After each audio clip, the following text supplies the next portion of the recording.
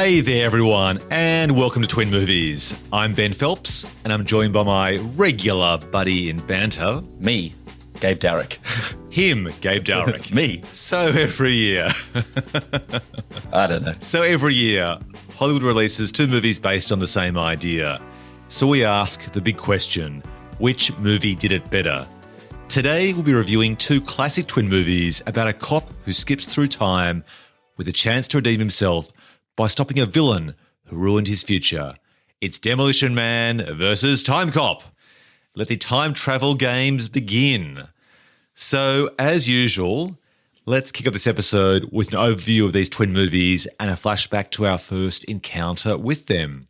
On the 8th of October 1993, Demolition Man was released. Here's the synopsis from the Internet Movie Database. A police officer is brought out of suspended animation in prison to pursue an ultra-violent nemesis who is loose in a non-violent future society. So Gabe, a man who loves his Stallone movies, his Arnold Schwarzenegger movies, his classic 80s action movies, and the mid-90s resurgence of Stallone and Schwarzenegger. How did you originally catch Demolition Man when it was released, and what was that experience like for you? I can't quite remember. I must have been too young to have seen this one at the cinema. So I suppose I probably just saw it on VHS sometime in the mid-90s, I think. I don't have a very indelible memory of watching it, unlike Timecop, which we'll get to. But yeah, I must have just watched it on VHS in the 90s, I think. Demolition Man was only released about a few months, like less than a year before Timecop. Why would your memory of Timecop be so much clearer? Well, when we get to Timecop, I'll explain.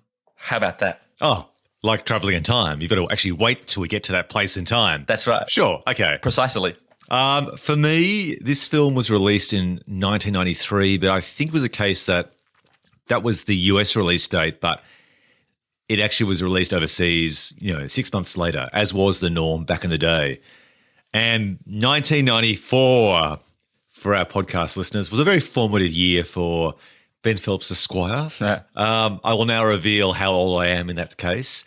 94 was my gap year between school and uni. Gabe and I think are about 8 years apart, aren't we? Wow, you're way older than I thought you were. Dang. So I was working. Gramps over here. Look at this guy. Yeah. So I was working overseas in England. Very common in Australia. Actually, not common, but if you go to like a private school, you might do a gap year where you go overseas and work at a school as an English teacher or a sports teacher, and then you might return and do some further study after that. So it's basically a way of escaping the folks, the parental abode, and exploring and sort of striking out on your own. And I recall seeing that poster for Demolition Man, one of those giant, huge posters. I think it was the Odeon Cinema, which is one of the most iconic cinemas in London. And I think I spent something like, at the time, about £15 to see it as a treat. And to give you context, back then, I was earning £50 per week. Wow. So I basically spent a third of my weekly salary to see Demolition Man in 1994. And maybe because I was just so scarred by the experience having to outlay that much cash to see what would just be a disposable action film. But it did leave an indelible memory for that reason. And I must have been sitting in the cinema just trying to suck as much of the value off the screen with my eyeballs as possible to try and get my value's worth. So for that reason, better or worse, it left a memory with me, potentially a scarring one, and certainly wasn't worth a third of my weekly salary. Well, what's weird about your story is, Ben, I'm looking up on the internet and the average movie ticket price in 1993 was £3.20. So, mate, I don't know what sort of luxurious cinema you were in, but you might have overpaid. They saw this. But there's two things, actually. I love how you basically just Sherlock Holmes me during the podcast to verify my information. And secondly, they probably saw a sucker Australian coming, a young and impressionable young man who just pulled out these various coloured notes that were unfamiliar to him and just handed them across the counter without any idea. And some little candy bar kid went home that night and bought like about 24, warm lagers to celebrate. So maybe I was just taken for a ride. It's a possibility. Who's to say? So let's jump then to our personal connection or not to Timecop. So within about a year, on the 16th of September 1994, Timecop was released. And here's its synopsis from IMDb. Max Walker, an officer for a security agency that regulates time travel, must fend for his life against a shady politician who's intent on changing the past to control the future. So, Gabe, walk me through when and how you first watched Timecop. I must have seen Timecop on VHS again at my, I'm going to say, 11th or 12th birthday party. So I think me and my friends had rented Timecop and Beverly Hills Cop 2. And let me tell you, both delivered in spades. It was quite the double for, 11 or 12-year-olds. Very good. 2 big thumbs up. Doesn't Beverly Hills Cop 2 start with like a topless woman? Like, I don't know if it's... I'm sure there's like some sort of breast nudity or something. Oh, there is. There is in the movie. That, which I imagine if you're 11 or 12. Yeah, it ticks every box, I don't know if it opens on that, but Axel definitely goes to a strip club at some point in the film. I think he drags Billy Roseweed or whatever his name is along. Anyway, look, it was a great double. Me and the lads were all satisfied, had a great time, probably had some cake. Oh, wow, fantastic. I'm sure it left a memory. Okay, so let's jump into a quick little history lesson as to how these two movies came about. First of all, let's have a guess here. We talk about sometimes whether each film was influenced or motivated by the creation of the other. Do you think there's a connection between these two films before I give you a quick little Hollywood shallow dive? I would say no, but I feel like you're setting something up. So I'm going to say yes, but I don't know what that is. It was the double switch. No. Oh. It appears that these films both were generated individually of each other. Oh. Well, great. Don't I feel like a fool? Don't I feel like I just spent £15 on a movie ticket in 1993? Look, I couldn't find much information about Demolition Man, which is surprising because the film wasn't received with great fanfare at the time, but has actually become a bit of a cult favourite, as is often the case. And it just appears this film was developed as part of the traditional Hollywood process. So wasn't based on any pre-existing properties at all. And it was just a great vehicle for Stallone to play within his wheelhouse as an action hero, but albeit set in a different location to what he normally played in. Timecop, though, actually is based on a property. It's actually based on Timecop, a story created by one of the co-writers, Mike Richardson, who was also a comic book writer, and it actually appeared as an anthology comic for Dark Horse Comics back in the day. So I wouldn't have thought this is the traditional comic book hero story you'd find, because back in the day I always thought they were like people with capes. But that's the origins of this film. It came about, and we'll get to it in the reviews, but this actually was a more complicated story than what I expected from Stallone, what am I saying? From a Van Damme movie. And it doesn't surprise me that some of the deeper thinking and time spent on the plotting was actually based on a story in the first place. Wait. So you were surprised at the complexity of the plot in a Stallone movie, a Van Damme? Now I'm doing it. A JCVD movie. It's contagious. God damn it. Yeah. We'll get to it. Okay, let's start with the review of Demolition Man. And at the end of these two reviews, I want to circle back to a question which we started asking ourselves at the start of this podcast series, but we have veered a little bit away from it in recent episodes, and that is, which movie did this idea better? So let's start with picking apart Demolition Man first of all. Did you like it? What worked for you about this film, and what didn't float your boat? Yeah, this movie rules.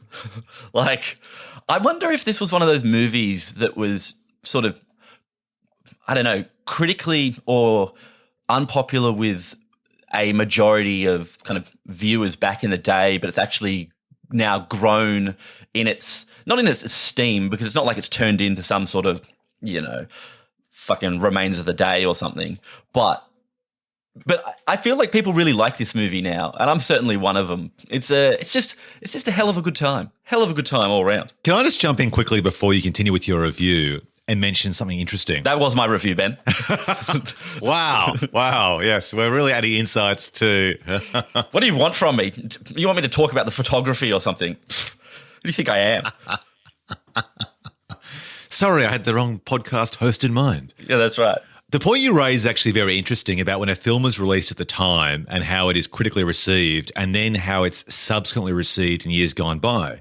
And just recently this week, Wayne Kramer, the director of Running Scared with Paul Walker, and we spoke about that particular film recently as being a really underrated film. He proposed this week an idea where essentially after 10 years, the director of film has an opportunity to relitigate the reviews of the film by critics and fans. I don't even know how that would work in practice. I mean, you can't bring Roger Ebert back from the dead to do another review of the film. You're not going to approach 22 different thousand people and ask them to reconsider after 10 years their review. But the point he was making, I think, which is more a thought experiment, is can we have the opportunity that the reviews aren't crystallized in ice like Stallone in this film? Get it? Huh? I do get it. You see what I'm doing there? Very clever. And basically have a chance to reconsider them, because there are plenty of films that we've seen. And I think between you and me, one of the ones that we talk about a lot is Miami Vice. Oh, yeah. Miami Vice wasn't received as well then as it probably is now. And some of the things it was most criticised for, which was the performance by Colin Farrell and the HD cinematography, is actually really appreciated now in retrospect. Yeah. So what do you think of that idea about going back and relitigating a review of a film and saying, oh, look, it was misunderstood? A Groundhog Day, another example, was kind of considered as a disposable Bill Murray comedy vehicle back in the day with Ivan Reitman, the director. And then in times, it's actually been embraced by like various religious groups like Tibetan monks and so on as being a film talking about the fragility of life and the opportunity to try and redeem yourself, and much more than just being a C-grade quality comedy. Yeah, I wonder if it's genre movies in particular, action movies or horror movies, maybe comedies, that kind of grow in appreciation in the long run. And it's actually the kind of more, prestige, Oscar baity movies that actually fall. Like people just forget about them and don't give a shit. Like when was the last time you thought about The Reader? Oh, it's so funny she mentioned The Reader, because there are all these Kate Winslet vehicles I think of in the mid-2000s, like Revolutionary Road, whatever it's called, and so on. And no one watches those films again, and they were critically acclaimed at the time. And I think you're absolutely right. I think it's the genre films that are looked down upon more at their moment of release. And then I'd go even further and say comedies as a particular genre. And then other films, like who talks about some of those films anymore? Like, what's an example? I mean, this is the problem. They're so forgettable, some of them, that I can't think at the time.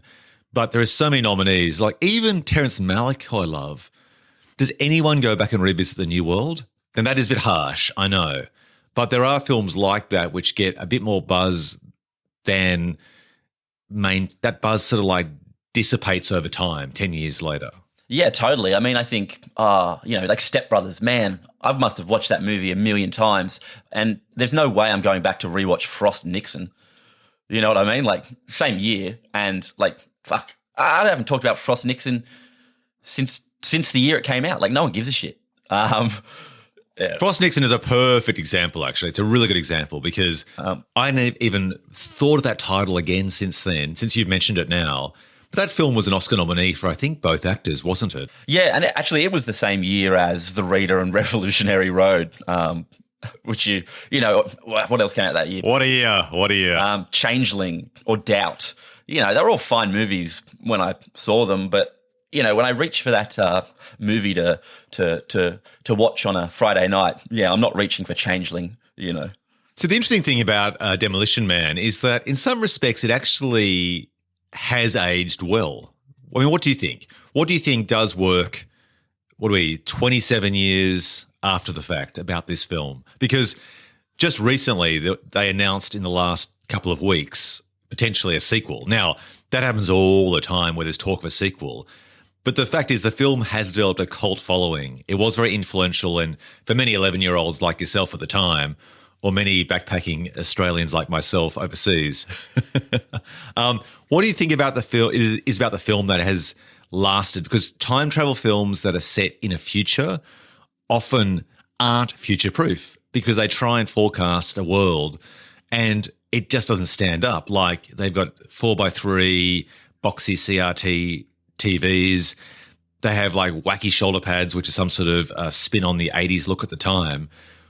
What do you think it is about this film that, despite trying to forecast a future so far into the future, it manages to sort of somewhat be still engaging? I think because its future is so silly. Like, I think because they have really made a kind of future America that's, I don't think they're trying to actually predict what that, future looks like. It's not like, I don't know, it's not like I don't feel like they got a whole bunch of futurists together in a room and had deep conversations about what maybe the world would look like or technology would be. What year is this movie? What's it set in the future? 2020? It's like 2049 or something like that. Yeah. I don't think they got together and really pondered those big questions. 2032. Unless that's where they came up with the 3 seashells, But yeah, I think just how goofy they made it, and putting a little touch of the sort of tip of the hat to some of those classic dystopian novels. Sandra Bullock's character is called Lenina Huxley or whatever. But I really don't think they went, oh gee, a brave new world. Let's base our future on anything like that. And I think that's what sort of makes it really work. Like they've embraced the kind of goofiness, and that makes it feel fun. And not some sort of, treatise on the future of our species. Well, it's funny you mentioned the idea of bringing together a variety of futurists, because that's exactly what Steven Spielberg did in Minority Report. He brought across a lot of people from different areas of science and asked them to try and predict everything from the shape of cars to communication protocols to clothes and so on. And that film actually really stands up, I think. And they also did a good job of trying to blend the old with the new. So that's, I guess, when you're really making a substantive effort to try and replicate and forecast what will happen. You see the same thing with Interstellar by Christopher Nolan. I agree. I think this film actually is closer to Idiocracy. Who's that by again? Who's the maker of Idiocracy, who did King of the Hill and so on? Mike Judge, exactly. And Silicon Valley, people might know him most recently for that live-action sitcom. Mike Judge's Idiocracy just basically looks at the current world and says, you know what? We did some dumb stuff. And I might add, that was written and made before our current political climate. So that says a lot. And it's in the future where basically people have just become stupid. And it's sort of like, I guess, exaggerating what he was seeing or what we see now into the future. In some ways, this film is similar to that. I think it was looking at trends in the 90s and just amplifying them. So the idea that if people were increasingly eating less meat and becoming vegetarian, then the future is a meat-free future. In 93, we were kind of past the big muscle-bound 80s films like Commando and Rambo 2, which we've also done a podcast episode on. And we're kind of moving into, the idea of a leaner athletic hero and the idea of, Keanu Reeves style good vibes. And this film seems to be pretty anti-liberalism. Would you agree? Wait, what? Like it seems like an anti-liberal film. It's the future in this film is no violence. I suppose it's quite conservative regarding sex. It's very chaste in that way. No one swears. It feels like the sort of film where at the time they were thinking, a man just can't be a man anymore. We're being emasculated. We're being neutered. And then Stallone lands in 2032. It's like, you know what? I've got muscles. I want to kiss and have sex. I want to eat a burger with red meat. I want to swear. I want to crap on the can without using these mysterious 3 shells. Crap on the can. That's right. I got to shit. I'm going to drive my sweet. What sort of car does he have? It's a real nice one when he gets these old, muscle car out. Yeah, it's a petrol-driven muscle car. Exactly. Like, don't you feel like basically the film in some respects, he is the Republican dream? Yeah, totally. And he's in this kind of like left-wing future, and the left-wing future doesn't work. You like punch the baddies. But maybe that's like, I'm pretty sure Stallone's probably a Republican. So maybe this was like, this is the future that liberals want. I mean, to be fair to the future. Careful what you wish for. There wouldn't have been a problem if Simon Phoenix hadn't been woken up from cryosleep. So they seem to have been doing pretty well. And the present that Stallone came from seemed like a real shithole, which I think is also in the future, isn't it? Yeah, I think so. Not far into the future. I mean, it's basically they're frozen in 1996. So yeah, right. Only 2 or 3 years in the future. It's basically here and now, and then reanimated it, in 2032. But yeah, I think you're right. But also that's really funny, and I think it creates a really strong kind of juxtaposition, and like. I don't know. That's one of the things that really works for the movie for me. This kind of, like really innocent idiot future, like, Benjamin Bratt and Rob Schneider, all the stuff that they do, I think that stuff's all great. And maybe that's the sort of stuff that people didn't like at the time in 1993 that, it did comedy. Like, I wouldn't say this film is a comedy, but there's a lot of comedy in it. Oh, 100%. I mean, I think actually the casting of Sandra Bullock saves the film in that regard, in that she actually, I think, is really good. You can totally see the star factor in Sandra Bullock in this film. Like, she's good looking, she's likable. She is kind of in an interesting position in this film in that she ultimately becomes the love interest and is a bit dopey, but compared to the others in the team, she's the more sophisticated, smarter, proactive person compared to Benjamin Bratt. Like, he's basically portrayed as being just a left-wing goof. Like, he's got no idea. He's entirely emasculated. And I feel, in comparison to him, she's much closer to Stallone. But she is basically Stallone's protege, learning from him, right through to the very end where basically they implicitly have sex. Yeah. And I think she's incredibly, like you say, well cast. Her sort of chirpiness, and I guess, what was this, a year before Speed, her kind of big breakout role? But, look, Benjamin Bratt. Yeah, I think Speed was 94. Yeah, right. So she was probably cast around the same time. But yeah, like this was basically the crest of her big career break. And she's very likable. Yeah, that's right. But look, Benjamin Bratt's very well cast in this. I think we were knocking him for a movie he appeared in, Red Planet. But here I think he's great, I think everyone's really good.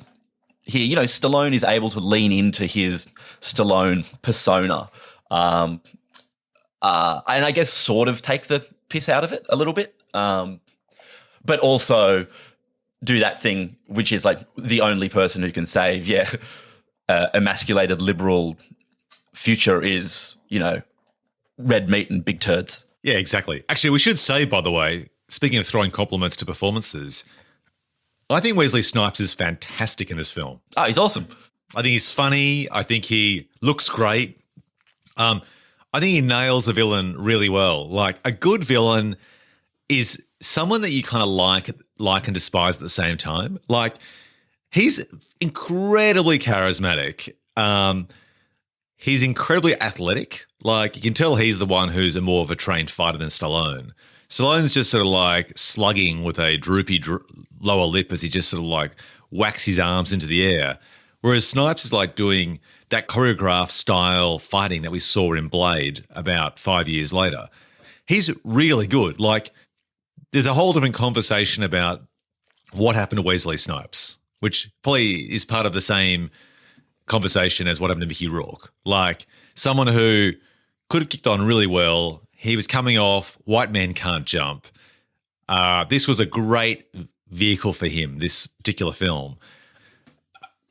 He's just so charismatic on screen. Like, it reminds me about what was everything great about Wesley Snipes. And if he was somehow able to have kept his ego in check on set during the making of a film, I'm sure his career could have ended up being much better than what it was. And perhaps if he'd actually also engaged a more honest and reliable accountant to avoid tax evasion charges, that might have actually also helped him. I thought he was actually part of some sort of weird anti-tax sect. Like, that it's not that he just didn't pay taxes, that he was, part of some weird group who had some sort of fundamental, what do you call it? Like, not opinion. What do you call it? What is the word I'm looking for here, Ben? A value system, mantra, code. Yeah, which was like, yeah, all that. Just like anti-tax, or anti-federalist.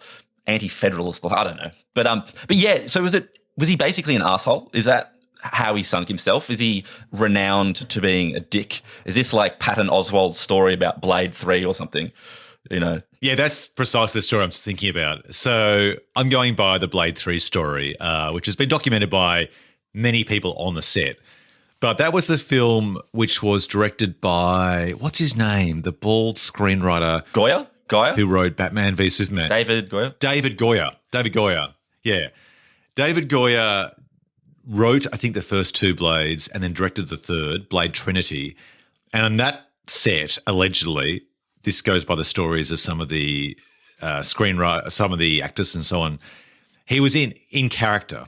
So he stayed in character as a half vampire, half human for the entire production and refused to speak to David Goya at all and had to be referred to as Blade or Mr. Blade. Mr. Blade. Ha. And apparently alienated everyone, including his two co-stars, whose careers were kind of on the rise at that stage, Ryan Reynolds and what's the one? Jessica Biel, I think. Yeah, but look, those two characters shouldn't have even been in the movie anyway.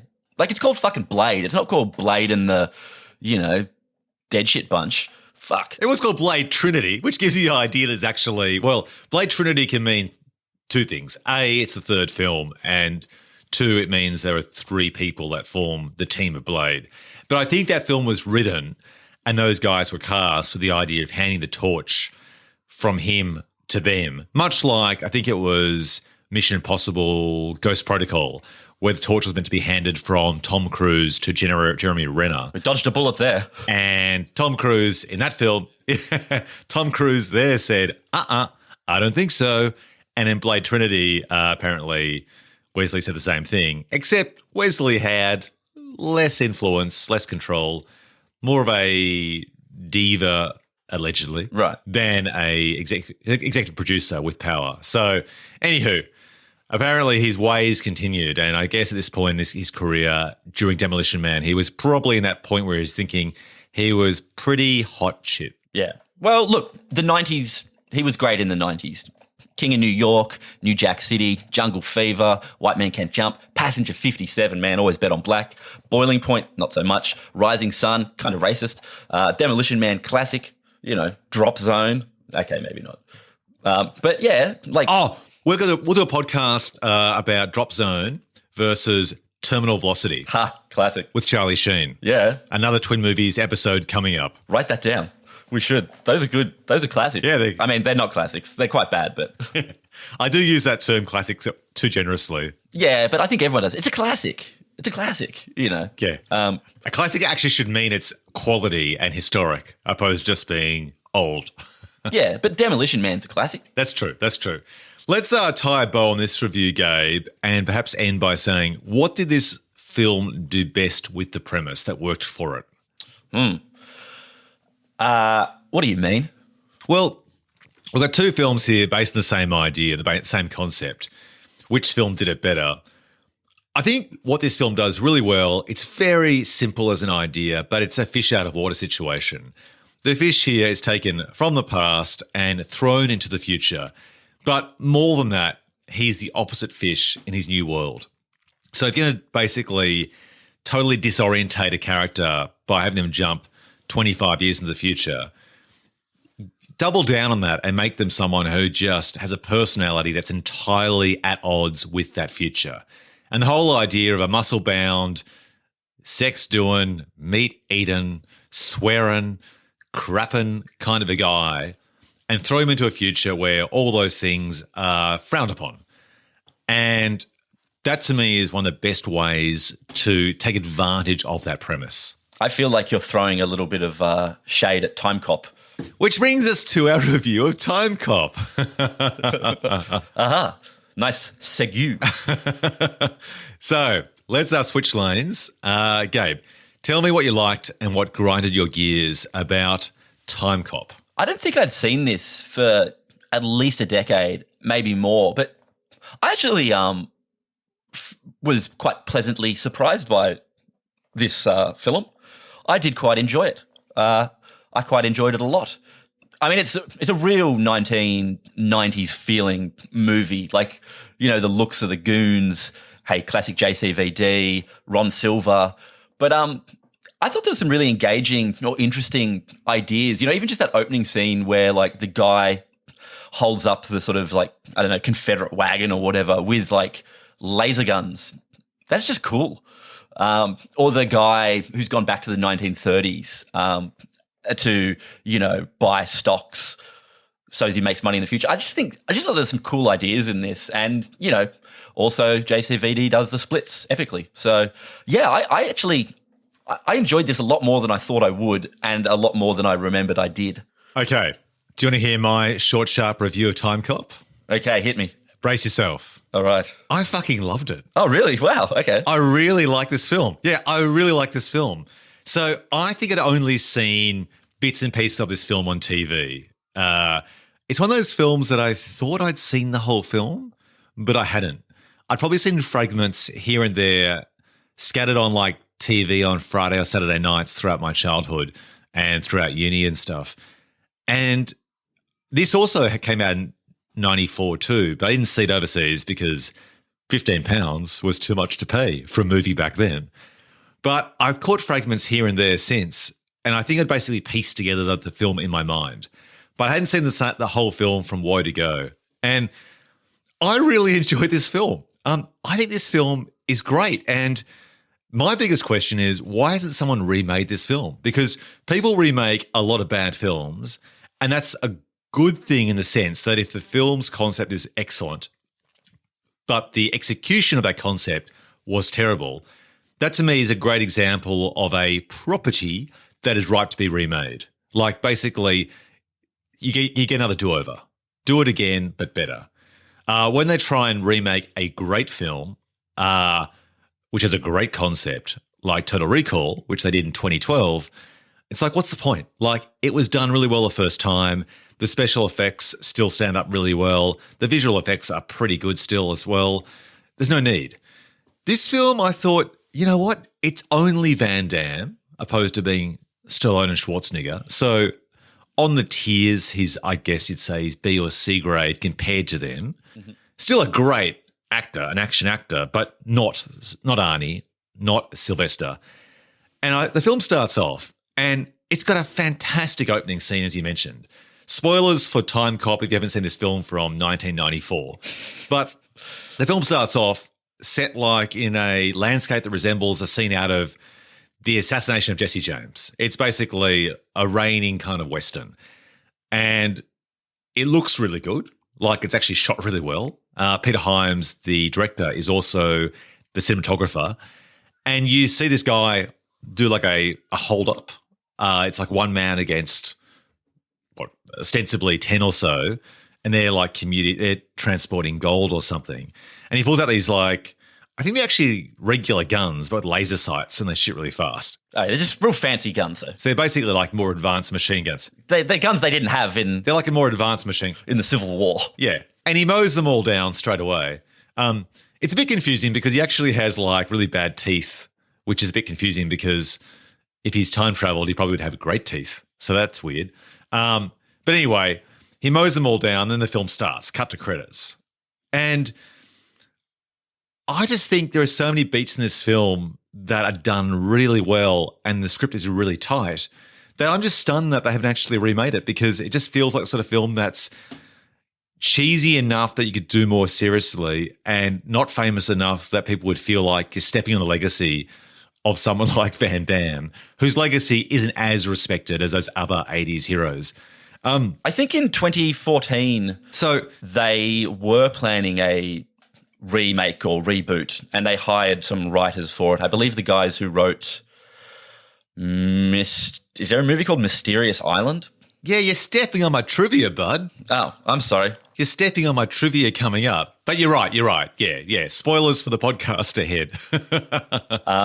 Yeah, they did hot. It is one of those films, though, that's not surprising, right? You feel like it's one of those snippets of film gossip news you've read 1,000 times about this film and Highlander and many other 80s and 90s films where they do spend some cash doing a draft or two of a potential sequel and then tease out whether the hero like Stallone or like Van Damme may return in that role or may return as a mentor figure to hand the reins to, a protege to carry on the franchise like Blade Trinity. I mean, I would way prefer to see a Timecop remake than a Highlander remake or a The Crow remake or, some of those other early and mid-90s movies. I mean, Highlander's not a mid-90s movie, but, those movies that people have suggested or have been in the process of being remade for all the reasons that you said. Like, it's just a cool story. Like, and it does its time travel real well, what sort of time travel rules do they have? Like when Ron Silver gets cut as the young version of himself, the old version of him, grows a scar. I love shit like that. It's basically the Back to the Future rules, isn't it? So essentially, if something happens in the past, it has a direct influence on the future. Yeah. Is that right? Yeah, like one timeline. Not like... Yeah, so one timeline, yeah. Not like some sort of sprawling, like it's simple enough that you don't need, what do they say in that movie Looper? Turn your brain to spaghetti or mash your brain into fried eggs. I don't know, whatever the fuck they say. But yeah, like it's simple enough and you can understand its like time travel rules real clear. It's not like Primer. You don't have to sit there with a dang diagram. Well, let's just very quickly, for the benefit of our audiences and to get our heads straight, if we're going to look at which film does a premise better, let's just really quickly, and this might be an oxymoron to say this, and simply try and describe the basic trends in time travel movies that exist in Hollywood right now. Okay, so we have the Back to the Future film, which is one timeline. You can go back into the past, and if you do something and change in the past, it will ripple forward to the future. So in Back to the Future, Marty McFly hits Biff, basically, takes Biff down a peg or two. And in the future, Biff's no longer the bully. He's become basically a guy that is cleaning and stuff for Marty McFly's family. So one timeline with a resonating effect. Is that a fair description of that particular model? Yeah, I think so. When he goes back to his hometown in part 2 where stuff's changed, it's all turned into like a, dystopian future. Slum. Yeah. So that's right. Biff gets the almanac and becomes rich. I mean, what's one? So T2, Terminator 2, same rule. Yeah. Right? One timeline. No fate but what we make. Exactly. Okay. Yeah. So then you've got that model. The T2 rule is the further you go back in time, though, although you'll change the future, you won't as directly change it. So you want to basically go far back just enough to be close enough to the present to influence what happens, but not so far back that you create other possibilities. Yeah? I mean, philosophically, it's slightly weird because are people just blinked out of existence? Like, am I sitting here one day and then someone goes back in time according to the rules of, say, T2, does something, I no longer exist, and bang, I just am blinked out of existence? Is it really one hard timeline? That's the rule, that's execution in Looper. So let's get to Looper. In Looper, the way it works is they do actually pop in and out on screen, just like a light switch, and they just disappear. Interestingly enough, in terms of visual execution in Back to the Future, Marty McFly slowly starts kind of becoming transparent to indicate that his future is being erased, right? But either way, they do just disappear, it seems to be. What are other examples, Gabe? What are the other trends? There's the latest Terminator film where in that particular theory, different timelines occur. Yeah. And in Avengers Infinity War, in that particular that story, correct me if I'm wrong, they're just different timelines, or there's no backwards and forwards, it just becomes the new present. Is that right? Yeah. Well, I mean, I mentioned it briefly before, but like Primer, which is a really great movie, but absolutely mind-boggling in terms of trying to follow it. I think that's one that has sort of like multiple times, like multiple timelines, sort of all coexisting. It's got multiple timelines, but you can actually appear in a timeline with yourself, your older self, because there's a scene there where he watches himself do something, right? Yeah, yeah. Look, I think something great that Timecop does is you're not allowed to touch yourself in time. Like if you go back in time and see yourself. So it's a great premise. Whose idea was that? Because that's become a bit of a trademark with many time travel movies, that if you touch yourself, occupy the same space, the world implodes. And I actually always loved that idea, but I can't recall where I first saw it. And then when I watched this film, I went, did this film make this idea mainstream? Because it's a really simple but effective idea, isn't it? Like, you don't have to explain it scientifically. I think an audience just gets the idea that, that makes sense. Like, you can't have two of the same thing together. Yeah, and not only that, you're waiting to see what happens because you know that's going to happen at some point, and you probably know it's going to happen to, Ron Silver as the villain. And so you're like, when's he going to get pushed into himself? And then he does. And the execution of it is fantastic. Like, I thought would actually happen, there'd be like a flash of light or something. But they actually totally lean into the grotesque idea where, using 1994 computer-generated effects, he blurs into himself and basically turns into like a sort of bubbling mess of flesh and blood, which fortunately doesn't explode like you'd probably get in a Sam Raimi version. It just kind of like slowly shrinks into nothing.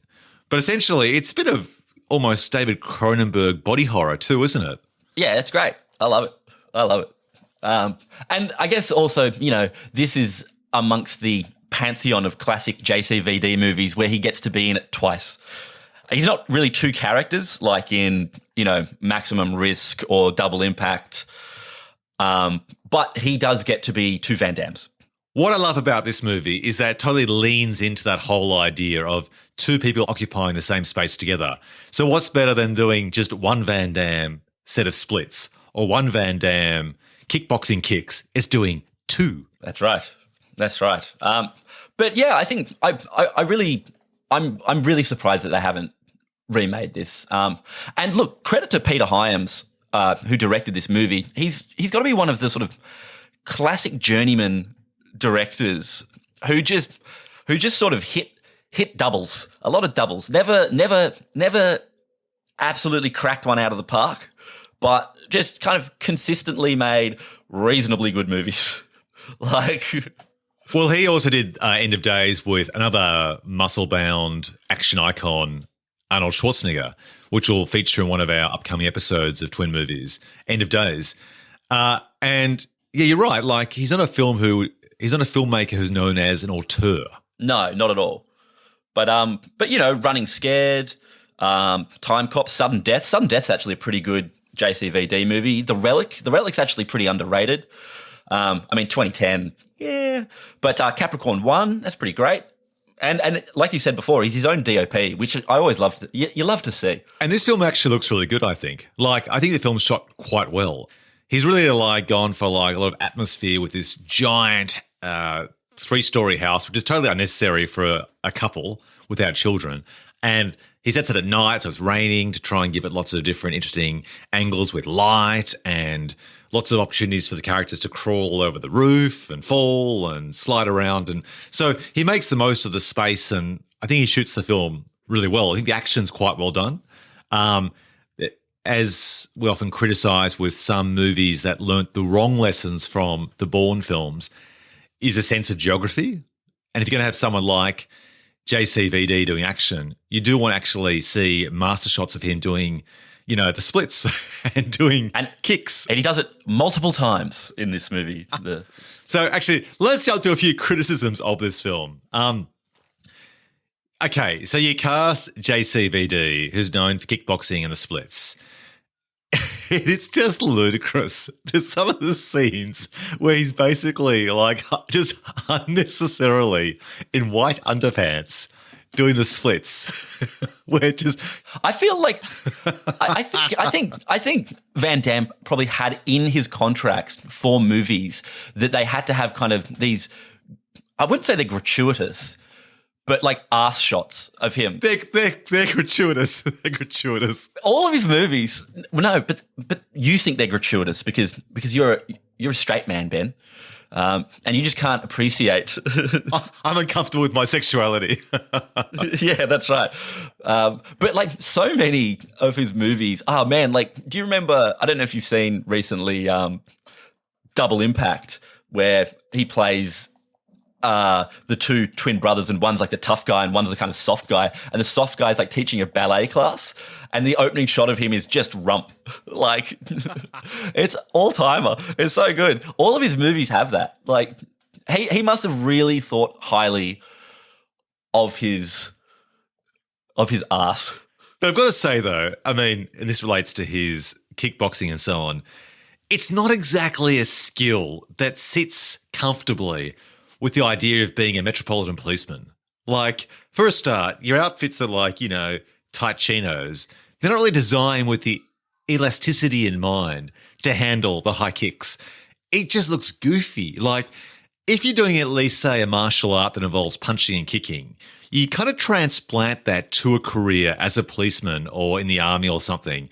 And it just sort of fits more naturally because for close quarters combat, you can just do different versions of kicking and punching. So there's that particular martial art called K something, Kravillia or something.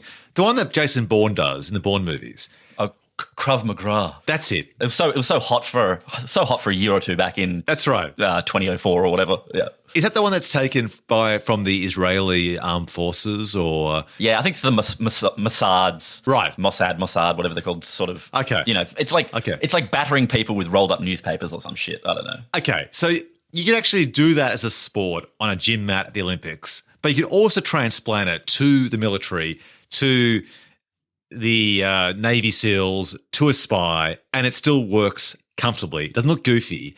But kickboxing by a cop wearing a policeman's uniform, it doesn't really work. And there's a scene in this film where he's doing these crazy kicks, which just seem entirely unnecessary and the least effective way to take someone down in a close quarter situation.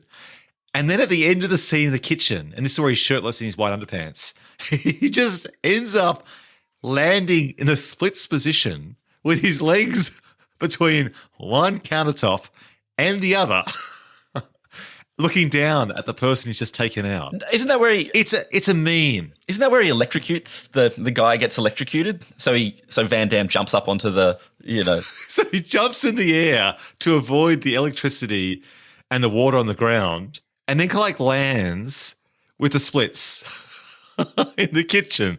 That's great. You sent me the photograph of this still shot, and it is just, it's cringe-inducing. It's hilarious. I mean, that's what makes this film a 90s film. It's that kind of thing. Like, they would never do that now. So that's what makes it, to me, a very Van Damme-like movie. So that's one criticism to make. But I think just on that, though, I think that's kind of one of the reasons why it's almost aged well, because it's sort of its time and sort of unashamedly so, like all that goofy shit that, like you say, they would never do today. And if they did the reboot, it would be, gritty and dark. But that's sort of one of the reasons why I like the movie, or I'm sort of fond of the movie, because of all of that stuff, because of the sort of those 1990s affectations. I think they're great. It definitely gives it a character. Like, you're right. Like, if they had gone for, say, a more naturalistic fighting style and so on, it'd be less identifiable as it is now. I guess that's the point of these 90s films, is that they're often working around the casting of their characters.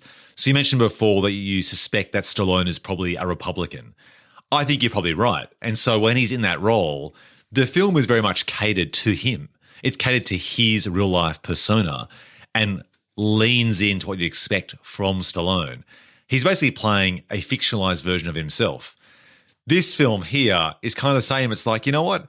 Let's just embrace everything that's Van Damme and just go with it and just essentially cut and paste that onto this existing storyline and just make kickboxing more necessary. And in that example I gave before about the electrocution that occurs, look, I guess it does make sense that he is the sort of guy who could jump into the air and catch himself in the splits between two countertops more than most people. And so it's a lighthearted criticism to make, and I did enjoy the film because of that and in spite of that at the same time, if that makes sense. But Van Damme has essentially no range, except when he proved himself to be quite the actor in JCVD. In the 1990s, every movie he was just Van Damme. He was just a character with a different name, you trade out. What's he called in this? Oh, in this he's got a really boring name. In fact, in this they do that thing. In most of his movies, he's called something like Chance Boudreau, or he's got some sort of ever so slightly European-sounding name. But in this, he's just called like Walker or something. Yeah. Yeah. They could have called him, I don't know, just something a bit fruitier. I've got to say though, I actually found him to be quite a good actor in this movie. So yeah, he's fine. I think he's a bit like Scott Adkins, who I really like. Scott Adkins is the sort of person who'd be the Van Damme, Stallone, or Arnie of the 2000s or 2010s, had those types of films, kind of resonated in that cult following like good old VHS used to do. If you do a quick Google search or IMDb search for Scott Adkins, you may recognize him, and he's a really great action actor. But I actually think he's actually a good actor as well. And I saw aspects of him in Van Damme's performance in this film. So I thought Van Damme was good. I mean, it doesn't make any sense why he's got a French accent at all. That's okay. You just go with it. So in that sense, I thought he didn't drag the film down. He did have enough emotional range for the love interest story, which we should get to now, actually. Mm-hmm. Let's discuss a couple of things about how this film did this premise well. So if you're going to do a time-traveling movie, I think it makes sense that you do include a love interest, because if a tragedy of some sort occurs, you can really kind of push the envelope as to there's a job to do, which is to change the past to save the majority of people, to save society, right? That's the job of a law enforcement specialist, doing a job on behalf of everyone else. But what it also does well, I think, is it adds that personal beat, and that is, would you go back in time to save the one you love, which would be breaking the rules of your job, but this one's for you? And to me, that's just making the most of a time travel premise really well. And I don't know, I just feel like it walks that line quite well. And when he does actually go to save his wife, spoilers, he's actually already on a different type of mission and basically making the most of the opportunity going back in time. It also does well in that it does play with that idea as to the first incident where his wife is killed by the baddies is explained as being the bad guys from the future coming back to kill him because he'll kill them, because in the past he killed them, because they'll kill him. There's some sort of like cyclical storyline happening there. Is that right? I think so, which is kind of weird because it jumps very quickly from that to him being an actual time cop. And I wonder if the bad guys actually created for themselves some sort of self-fulfilling prophecy whereby if they hadn't actually gone back and killed her and shot him, perhaps he would never have even become a time cop. I thought the same thing. Like, I was wondering what was the actual catalyst. Like, there's a good chance he wouldn't have become a time cop if his wife hadn't been tragically killed. Like, if she'd had the baby, he'd be quite happy just walking the regular pavement rather than walking through time. Yeah. Oh, there you go. That's why they called him Walker. Or maybe. But yeah, so, I mean, I didn't think of that till now, and it's not particularly deep. But, I mean, maybe that's an interesting idea that the film doesn't really touch on. But you, as the viewer, can, steeple your fingers and think long and hard about it. Actually, speaking of thinking hard, 2 more quick points to make. Did you notice how strange it was that the future in this film is essentially a replication of contemporary Trumpism? No. Tell me more. Well, it's quite amazing. So the terms that they use, where you've got a influential businessman who's buying his way into power, which is a key point, and there are a lot of expressions used which would be actually criticisms used now of the way that the current president moved from being in mainstream entertainment into politics, but using money to do so, and very much about the importance of breaking down government and leading with business instead. There are just a few expressions that were used that sound straight out of the playbook of contemporary politics, which I thought was really odd.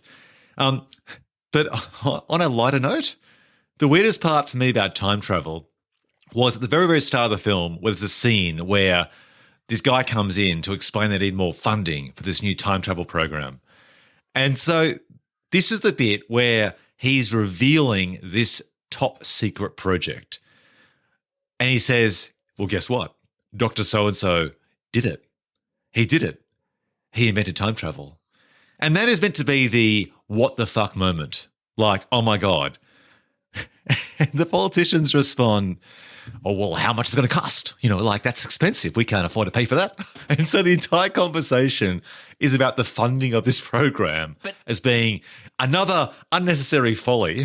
But Ben, I thought that was because those other politicians are idiots, but Ron Silver's character, which they do one of those like slow push-ins because he knows the power this could have. The other politicians are interested in, facile funding bullshit. But Ron's character, he knows the immense power with which he could wield if he could harness this. So I thought that was done on purpose to differentiate him from kind of them, I guess. I think you're exactly right. It's just that it does make those other politicians seem particularly stupid. No, true. Yeah, that's right. It's like this guy just revealed. Imagine being in a meeting where a guy from some sort of, clandestine organization comes to you and you're an elected member of Congress and he says, we've just invented time travel, right? And they just skip past the whole, you did what? Like what? Like that's amazing. You have actually done the unthinkable that we've only read about or watched in movies. You've made people travel backwards and forwards in time. That's incredible. Although the guy puts a caveat and says, in this film, you can't travel forward in time, just backwards. Because it hasn't happened yet. Exactly. That's the theory in the film.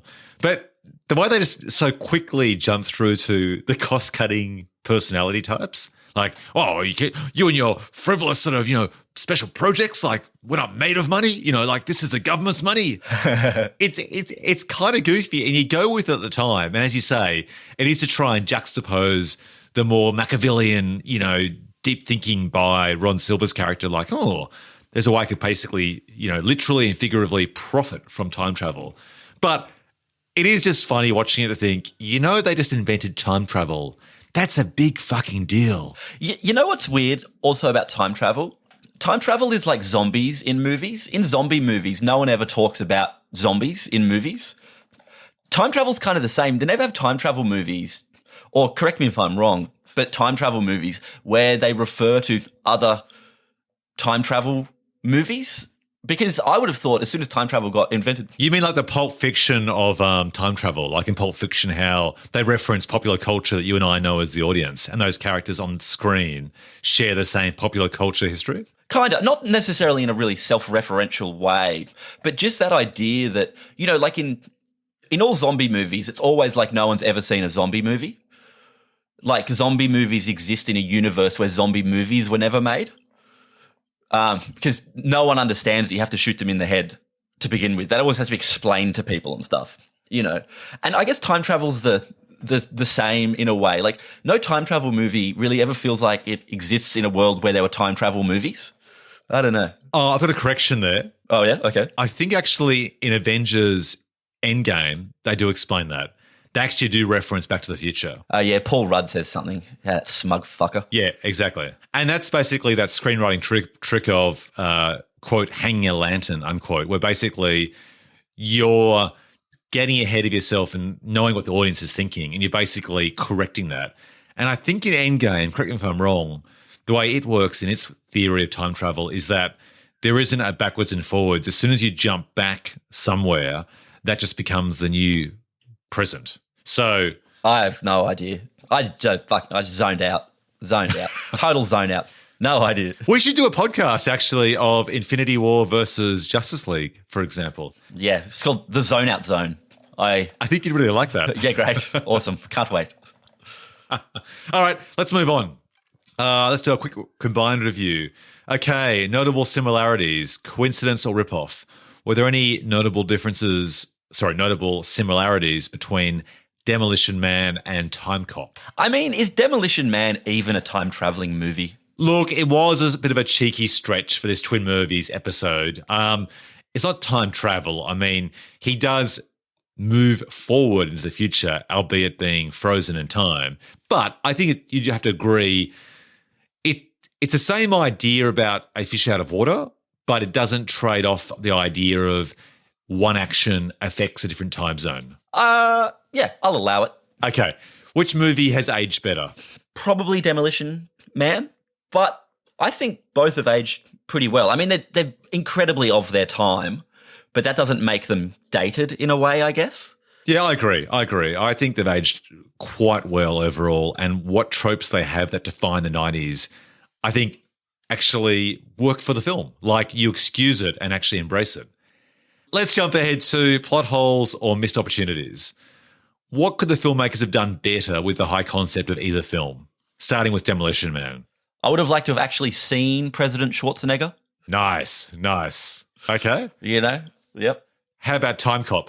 I don't know. What do you think? Is there anything in Timecop that grinded your gears? Yeah, I've got it, definitely. It's basically, there should have been a scene where there's a fight sequence where one of the Van Dams saves the other Van Dam, and then they kind of like walk backwards, back to back, and then they spin around and they see each other.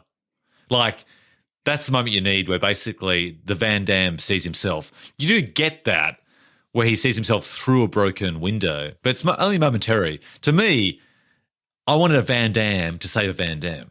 I'm seeing double, 4 Krusties. Yeah, fair.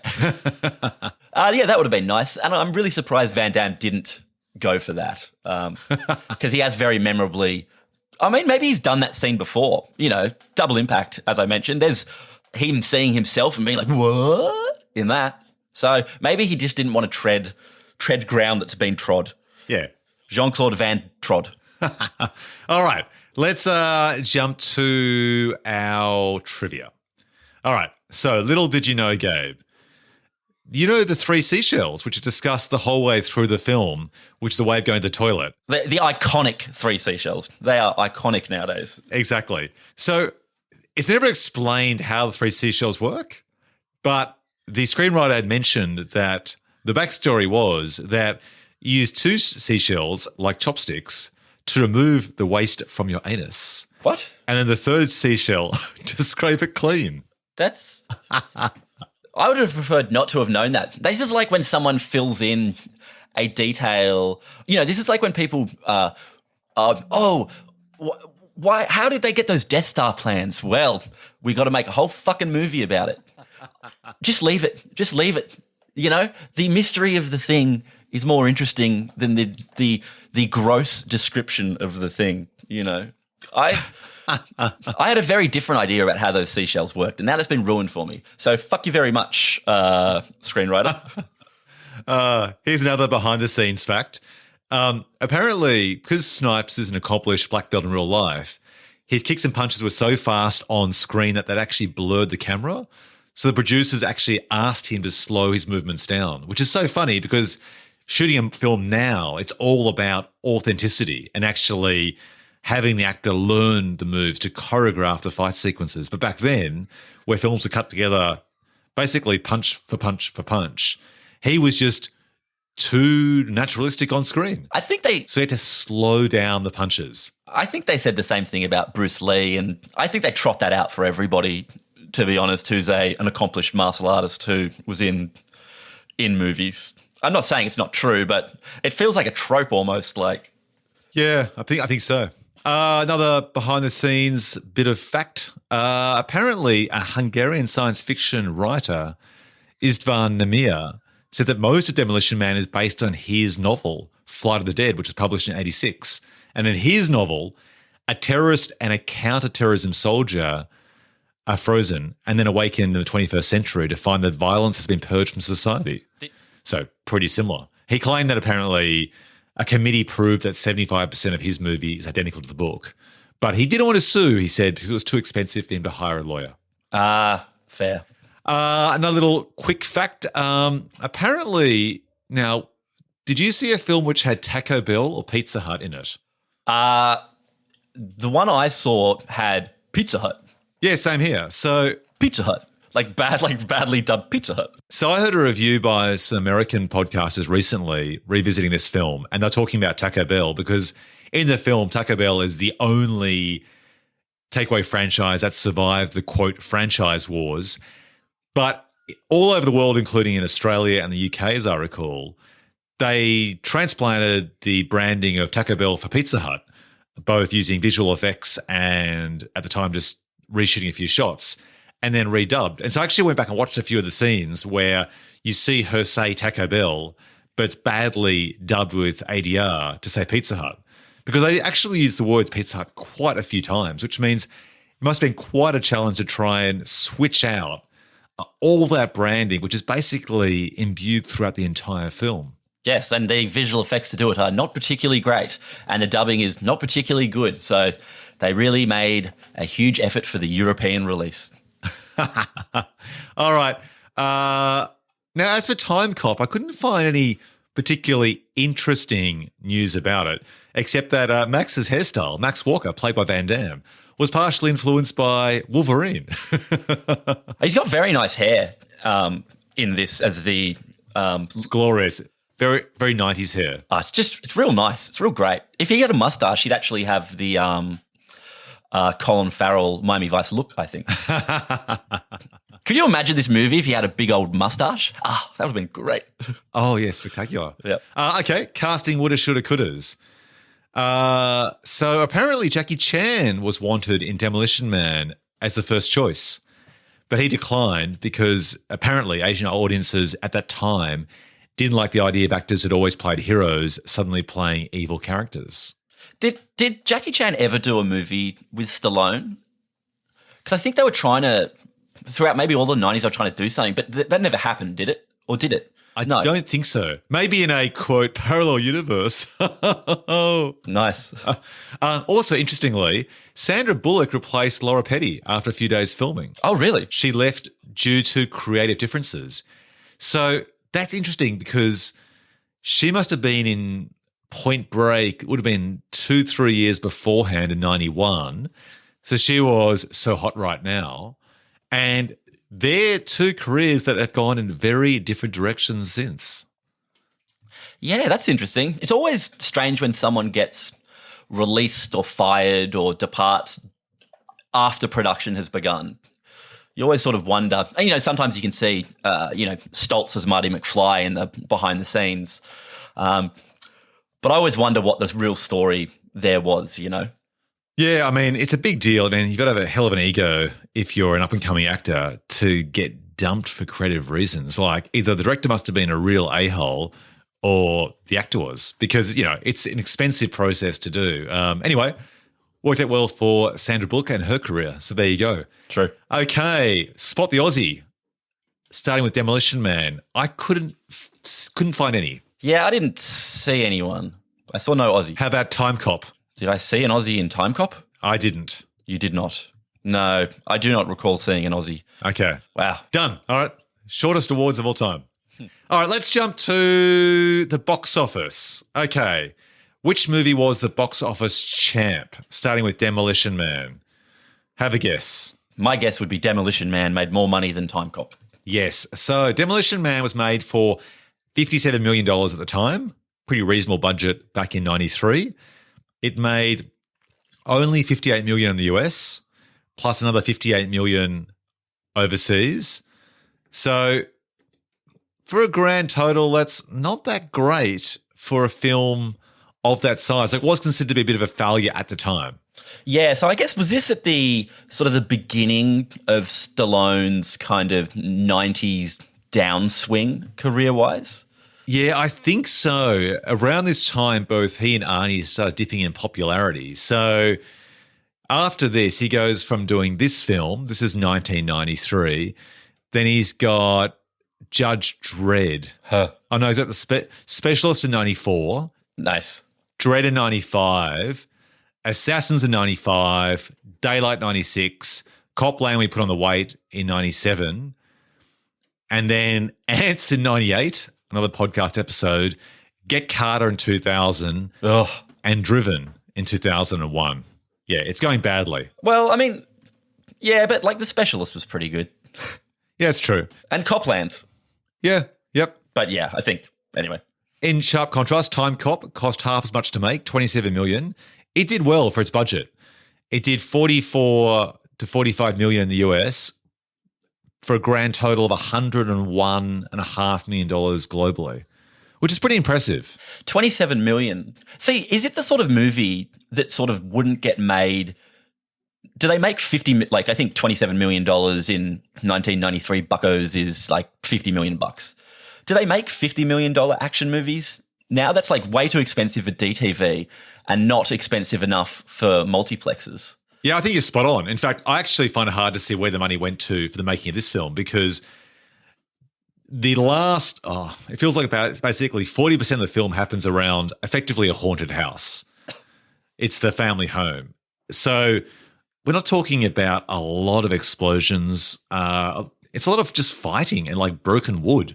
So it's hard to see where the money went, to be honest. And I agree. I don't think they'd make a film for that mid-budget these days. You either lean in hard to make it for $150 million or you go for sort of like I guess you'd say it's the Euro action film. That's the equivalent today, like a Taken. Oh, yeah. So it's probably a $20 million. Oh, yeah. You know, the film's occupied by, what's his name? Jason Statham, those types of films. Liam Neeson movies, maybe. Oh, okay. Yeah. Who's the action hero today? Oh, I'd be the guy. Who's the guy that has the black hair in the Purge sequel 2? Oh. That guy. I like that guy. Yeah, he's a great guy. The guy. Fuck, this is going to really bother me. God damn it. He's in Warrior. What's his name? Frank. Is his name Frank? Frank Grillo. Frank Grillo. Yeah. Always good value. Yeah. I sort of feel like he was in a film called Wheelman, for example. I sort of feel like that's the type of equivalent movie made today. Or a Scott Adkins film made for probably, $5 million? Yeah, that's right. Well, Wheelman only had a $5 million budget.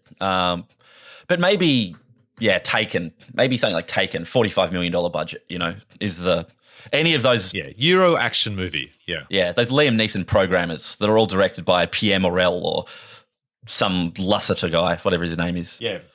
The Luc Besson sweatshop of Euro action movies. Yeah, that's right. Totally. All right, let's move on to Rotten Tomatoes. So starting with Demolition Man, do you think it did better or worse than Timecop? I feel both of these movies have probably been poorly reviewed, and many of those reviewers would probably like to amend their reviews now. All right, well, Demolition Man scored 59% with critics. In sharp contrast, Timecop got 44%. Actually, that's better than I expected for both of them. Yeah. And jumping to the fans, 66% of fans gave the thumbs up to Demolition Man, and only 36% of fans liked Timecop. Makes sense. Okay, moving on. Let's get through to our awards. So, okay, best title, Demolition Man or Timecop? They're both awesome. For me, I just like Timecop. Timecop. It is what it is. I like it. It's like, I even like that's one word. Like it's like a job. Timecop. Demolition Man does make sense as well. Like it's about a guy who demolishes the future and does speak to his personality and so on. It's a bit of a confusing title. It doesn't really allude to the science fiction elements. No. But it certainly captures the action concepts. It's evocative of a tone. Yeah, exactly. Yes. All right, I'm giving it to Timecop. How about you? Yeah, give it to Timecop. All right. Best poster. Now, once again, as always, you can check out the poster on your podcast app. If your particular app allows you to see the episode artwork for this particular episode, where I put both posters side by side. But if you don't have that, quick description, Demolition Man is what I'd call a pretty generic 1990s poster where it's basically two actors facing each other in side profile, one against the other with their names above them. Stallone, Snipes, that's it. There's nothing more to it with sort of like some sort of like computer-inspired font to signify the future. Doesn't really give you a sense as to the futuristic setting at all, but basically get the idea that it's a goodie versus a baddie. To me, it's a pretty boring poster. No.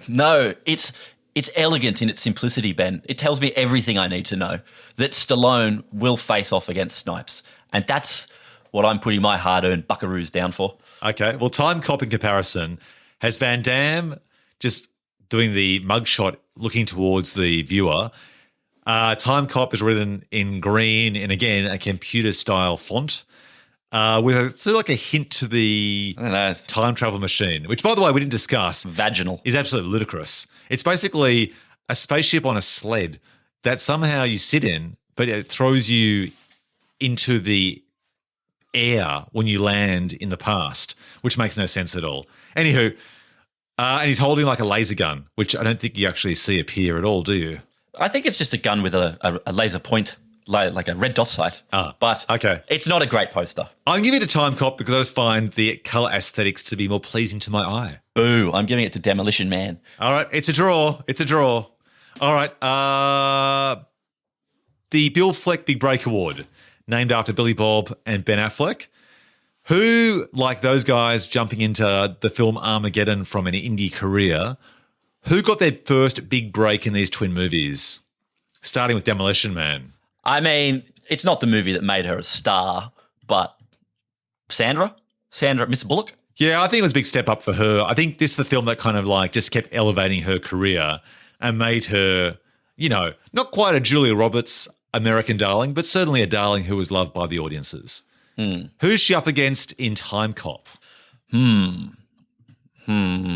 I don't think there was anyone really that got their big break. Everyone was kind of already established or already had their break, right? Yeah, I mean, I don't really remember Gloria Reuben being in many movies before this, but I might have just not seen Shadowhunter or Wild Orchid 2. But I also don't remember her being in many movies after this.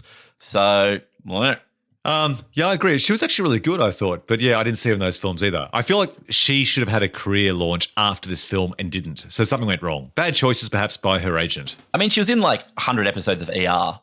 So. Oh, well, that counts. All right. Well, perhaps she's the nominee. What do you think? Yeah, sure. Give it to whoever you like. Wow. And with great enthusiasm, Gloria Reuben, the award is yours, the Ben Fleck Award. Okay. Or the Bill Fleck Award. Okay, the next one, moving on. The Before They Were Famous Award, or Blink and You'll Miss Them, starting with Demolition Man.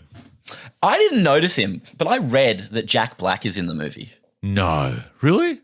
Yeah. Interesting. I didn't spot him at all. No, neither did I. But apparently he's in there as, I think, one of Dennis Leary's guys. Oh, yeah. He has like a title of Wasteland Scrap. So he must have basically been like just a background player. Yeah. All right. So he's our nominee. Well, apparently Jesse Ventura was as well. Wait, it was just in the background somewhere. Yeah. Oh, yeah, right. I didn't. Yeah. I didn't notice him either. Huh. All right. So Jack Black's the nominee for that one. How about in Timecop? I didn't notice anyone with the same sort of, prestige as Mr. Black. All right, well, that's it. Let's move on. Jack Black gets it. There you go. No need to litigate this. No. He's got it. Done. Jack, your Before They Were Famous award will be sent by DHL or FedEx when transport is once again moving past the pandemic. Now, moving on to the Tommy Lee Jones Show Stealer Award, named after Tommy Lee Jones' supporting role in The Fugitive. Who stole the show despite being in a small or poorly written role? Starting with Demolition Man. Well, I'm going to skip Demolition Man and just say my vote is for Ron Silver in Timecop. Look, it wasn't small and it wasn't poorly written, but I feel he stole the show. Can I give him this award, or is this another award that I've already jumped to? No. You can. He'd always receive more than one award. I agree. Ron Silver. I don't know why Ron Silver hasn't done more or more that I've seen, because those two things perhaps don't exist together. But that's the problem. Is that He's dead. oh, he died. He died in 2009. How'd he die? Overacting. Yeah, he's so slippery. I feel like he was in way more movies than he was, or I've somehow in my memory transplanted him into many movies as just the slipperiest guy. Like he plays a sleazebag, like Jimmy Woods and him, you know? Like there's just no actor seedier. Well, if you look at his IMDb page, it's surprising he wasn't in more films that were recognisable. He was really good playing a character called Bruno in The West Wing. He was in 19 episodes, and that's where I most recently remember him. But I think he's fantastic in this film, and I'm so surprised he wasn't cast in more. Like, he was in 20 episodes of Veronica's Closet, whatever that is. He was in 11 episodes of Chicago Hope.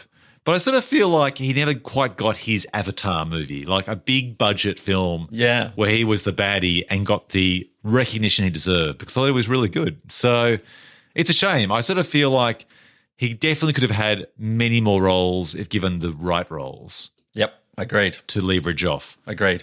All right, so Ron gets it. The Tommy Lee Jones Show Stealer Award. Moving on, maybe he could also pick up this award, the Mickey Rourke Award, named in honour of the troubled actor who squandered his chance to kick on with bigger roles. Who didn't make the most of their opportunities after appearing in these films? Okay, can I go first? Go. So there are questions, big questions to be asked about she of Ferris Bueller's Day Off. Oh, Mia Sara. Yes, Mia Sara, who was the love interest in Ferris Bueller, who was iconic. She was the dream girl for many viewers back in the day then. She'd be the dream girl for many viewers watching Ferris Bueller now for the first time. Mia Sara didn't really kick on with the career, and I'm surprised by that. She falls in that category of the actor who played Marty McFly's girlfriend in the first Back to the Future. These iconic roles, and they just didn't kind of kick on, which surprises me. Whoever that was, she was actually replaced in the sequel, wasn't she? Yeah, she was. Well, apparently in real life, her mother died, and so she had to reconsider, the priorities in her life, which is fair enough, but wasn't able to recover after that. Mia Sara, I mean, if you look at IMDb, she has a look that hasn't aged badly with time at all, and it just appears that she just didn't choose the right movies. I mean, yeah, she has a hit list of C-grade, B-grade movies since Ferris Bueller. Now, look, admittedly, that was her second movie, but she was in Legend the year before. So she came off out of the gate with a bang and then just appeared in some crap TV shows and never really just kicked on. It's a very interesting career. Like, her last film was in a short film in 2013. She was in a film called Dorothy and the Witches of Oz in 2012. Just some very odd choices. She had one role in a 2005 episode of CSI New York. Like, perhaps it's just one of the simple situations that she, for very good reasons, valued family instead and stepped away from the spotlight. Perhaps. I mean, look, I will watch any old crap, and I've watched a lot of crap, but fuck, I haven't even heard of some of these movies that she would have done right after Ferris Bueller when, you would have thought she would have been so hot in Hollywood. Yeah, exactly. Oh. As for Demolition Man, I couldn't really see anyone there who squandered their opportunities. So I'm going to give it to her, unfortunately, Mia Sara. Okay. Give it to her. All right, moving on. The Winner Chicken Dinner Award. Who came out on top in each of these movies, and was it their career high? Starting with Demolition Man. Well, it wasn't JCVD's career high. Oh my goodness. I just forgot. Sorry. What? Wow. I just forgot. Beep, beep, beep. For the reverse to the previous award. Uh-huh. I can't believe it. You and I just left out the most obvious potential winner for the Mickey Rourke Award who didn't kick on. The director of Demolition Man. Oh, yeah. Who was that guy? Like what? Marco Brambilla. Brambilla? Yeah. It's very curious. This is his first film. He's a video collage artist and a commercials filmmaker, but seems to be basically more of an artist than a commercial director. He does Demolition Man in 93, his first movie. Which is a very weird choice. It's so weird. Than if he was just some sort of like, yeah. So he's basically an artist. Oh, by the way, I should also add, he's an Italian artist. Yeah, the worst kind. What were those guys know that paint on ceilings and walls? Oh, yeah. Oh, yeah, those guys. Yeah. Oh, yeah. Yeah. The Ninja Turtles. They paint churches, don't they? Yeah. Nice. So he's outside America. He's outside Hollywood. He's outside filmmaking. He somehow gets the keys to drive the giant vehicle that is Demolition Man, which would have had a huge budget, big ego-driven stars. He has no history of directing stars or actors at all. Special effects, visual effects. I mean, it's insane. After this, he goes on to do Excess Baggage 4 years later, 1997, which is that vehicle with Alicia Silverstone and Benicio del Toro and Christopher Walken. Oh, yep. But that was like a much smaller, comedy thriller action movie. And then he just kind of like vanishes after that. He does 3 episodes of a TV show called Dinotopia. Then he does a Kanye West music video in 2010, a short film called RPM in 2011, another short film in 2012 called Evolution Mechoplex. And I assume these 2 short films are probably essentially long commercials. But what happened to him? I mean, maybe he's maybe he just directs commercials or something. It's such a weird choice, though. Can you imagine being in the room and be like, oh, we've got this big Stallone action vehicle with him and Snipes. Who should we get to do it? Well, I know the perfect guy. He's a video collage artist. I know. It's weird. It's weird. Like, it sort of reminds me of when they, got, what were their names? AJ Jankel and Rocky Morton, who created Max Headroom to direct the big budget Super Mario Brothers movie. And it's like an odd choice, the 90s, man. What a time. Well, apparently Brambilla is still doing his video essays and stuff, mainly in galleries like MoMA, Guggenheim, the San Fran Museum of Modern Art, etc. And he's basically still an artist. So I guess he just didn't like mainstream Hollywood. So there you go. Well, I mean, if his stuff's being hung in the Guggenheim, he's obviously doing pretty well. So good on him nonetheless. Maybe Mia Sara still keeps the award because he's kicked on to have a different career and been successful elsewhere. So, all right, Mia, you've got the award still. The award's still yours. Okay, fair. Okay, moving on. Who came out on top? Back to the winner chicken dinner award. Starting with Demolition Man. I'm going to say, I'd say the director, Brambilla, because he did a great job and the film's become iconic for good and bad reasons. I thought Wesley Snipes was great. Yeah. What did Wesley Snipes, he hadn't done Blade yet, but he had done New Jack City, so he was already sort of a star. Yeah, he was already quipping. So he's my nominee for that one. How about Timecop? Who's your nominee? Who came out on top of Timecop? I mean, Peter Hyams, the director? Well, or Ron Silver? Yeah, I guess. No one jumps off the IMDb, as it were. All right, let's give it to Wesley Snipes for Demolition Man. Yeah, always bet on black. Best Dialogue Award. What's your favourite quote? Speaking of Wesley Snipes, what's your favourite quote? Was anything memorable? Because this was back in the day of the quips, the 90s quips. Did anything kind of like make you go, oh, that's very clever? I mean, maybe not clever, but there's tons of great dialogue in Demolition Man. The jokes about the Schwarzenegger library. It's great stuff. I love John Spartan's line, send a maniac to catch one. Nice. Yeah, totally. Hey, Luke Skywalker, use the Force. Yeah. Anytime I do the swearing, shit brain, fuck face, ball breaking, duck fucking pain in the ass. I like a bit of swearing. I love Simon Phoenix's self-aware comment like, wait a minute, this is the future. Where are all the phaser guns? Yeah. Like, it's what you and I would say. I like that. He finally matched his meat. You really licked his ass. John Spartan, you're going to regret this for the rest of your life. Both seconds of it. Yeah, nice. Hey, you know what? When I was a kid, the VHS of this movie, on the back cover, it had a picture of Wesley Snipes' frozen, kicked-off head.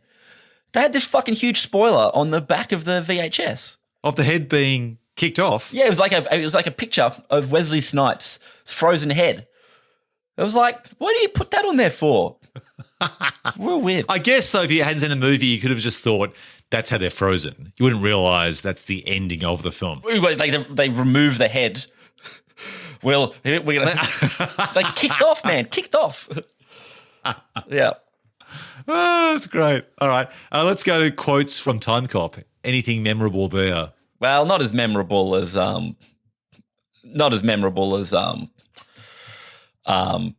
Demolition Man, but Ron Silver has a few nice lines that he says to himself, doesn't he? Oh, yeah, like never interrupt me when I'm talking to myself. Yeah, that's quite good. I like that one. How about the self-referential one where Walker says, he must have read my mind. And Melissa says, the way you speak English, you'd have to. Nice. Look, I think Demolition Man, just because of the sheer volume of lines, has to win this one. Oh, yeah, totally. All right, let's get to a good award for a good time, excuse the pun, in filmmaking history.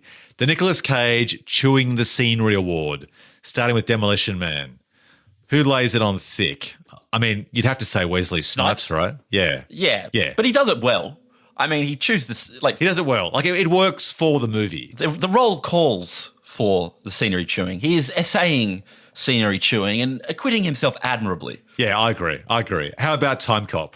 Well, Ron is doing some pretty big acting. So if you take the chewing the scenery of Ron in an arm wrestle with the chewing of scenery of Snipes, I mean, who's going to lay it down? Snipes, I think, is...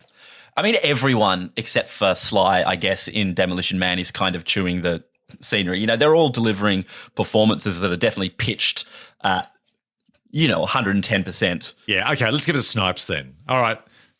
Wesley, you can add that to your other Raspberry Awards? Surely he's won a Raspberry, right? Really? For what? I'm not sure. Maybe he hasn't. No. We'll revisit that at another later date. He was nominated for a Razzie for Demolition Man. Okay. Well, there you go. All right. The Taking a Paycheck Award, which speaks for itself, starting with Demolition Man. So who's cashing in their chips to try and make some serious coin? Actually, I'm sorry.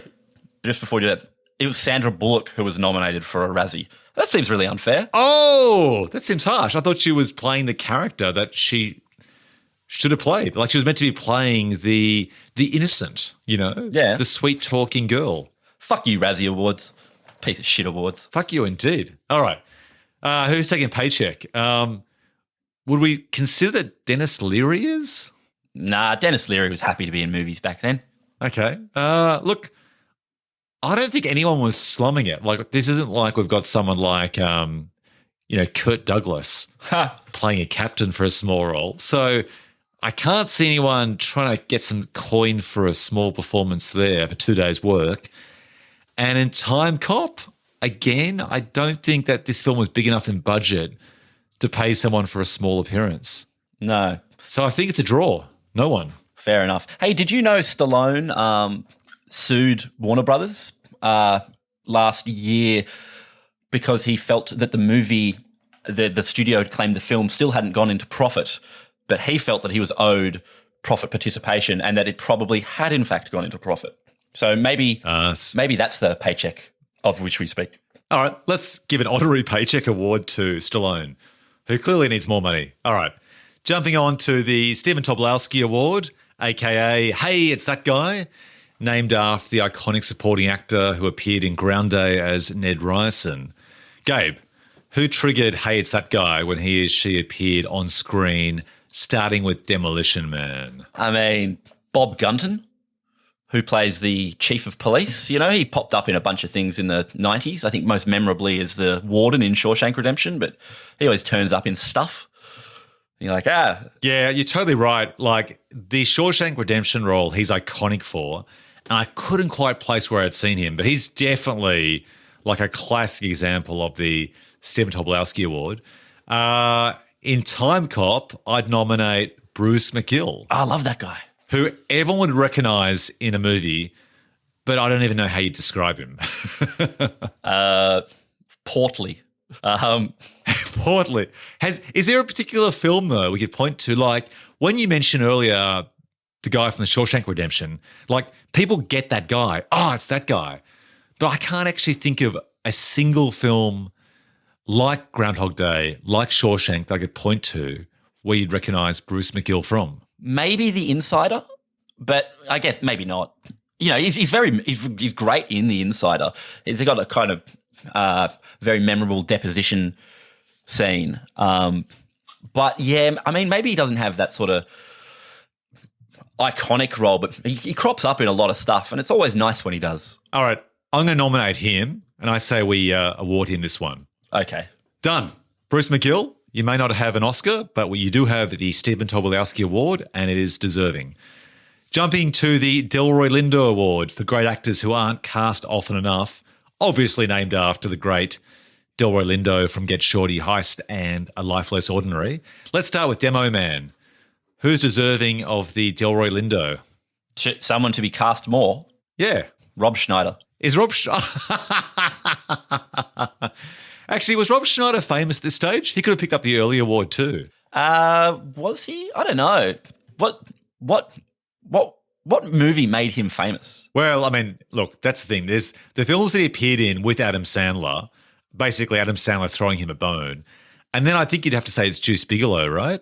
Or The Animal. Those two films around the late 90s, early 2000s. I think they were the first vehicles he had where he was actually starring, not just sort of standing in as, you know, Adam Sandler's mate. Buddy. Yeah, okay. Well, had he done Judge Dredd was after this. Fuck, Stallone must have liked working with him so much he brought him back for Judge Dredd. Well, maybe he was one of those actors who wasn't good looking enough or muscly enough to threaten Stallone. So he played like a good kind of, you know, like a good foil or a good little side character. I guess now is also a good time, though, while we're just chatting about Mr. Schneider, to say he's in a great movie with JCVD called Knockoff, directed by Tsu Hark. Just absolute 2 big thumbs up. Some next level good filmmaking in a dumb as shit movie.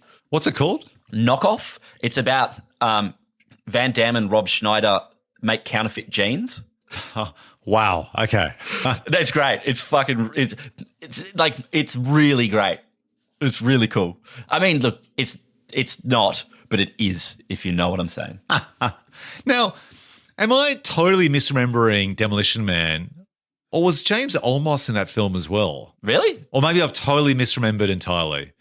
Maybe I'm just totally confusing Bob Gunton. But look, as it stands, though, we need to put a nominee forward for Delroy Lindo. So you're putting forward Rob Schneider. Terrible choice. I'm going to put forward Bob Gunton. And for time travel, I'm going to nominate... Well, I would have said Ron Silver, but unfortunately he died. So I'm going to put forward Bruce McGill because I do like him in everything. Yeah. Give it to McGill or Gorilla. All right, McGill's got it. All right, moving on to the Memphis Reigns Award, inspired by the absurdly named character played by Nick Cage from Gone in 60 Seconds. In these films, Gabe, who steals the cake for the most ludicrous name? Noting that in Timecop, we don't have the same choice collections we usually do from Van Damme. Were there any... Timecop has no chance here. Zero chance. No? Okay. Man, the names in Demolition, man. This is glorious shit, man. Go for it. John Spartan.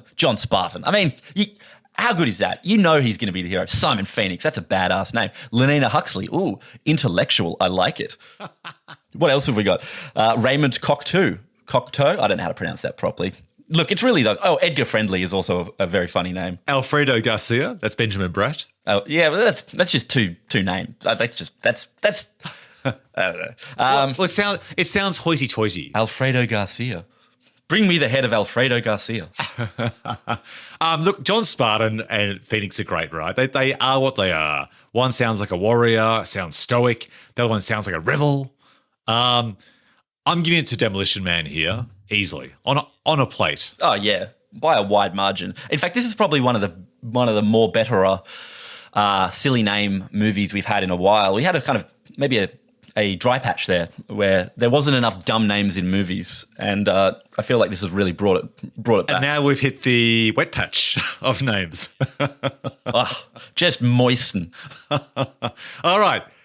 We'll get through these last awards. Okay. The Memento Award, named for moments you completely forgot about until you rewatch these movies, starting with Demolition Man. Actually, I'd forgotten that Dennis Leary was in it, and weirdly, most of that whole subplot. Yeah, so had I. I'd completely forgotten about these underground people who are initially portrayed as being baddies or rebels, but they're actually just hungry, right? Yeah, mole people.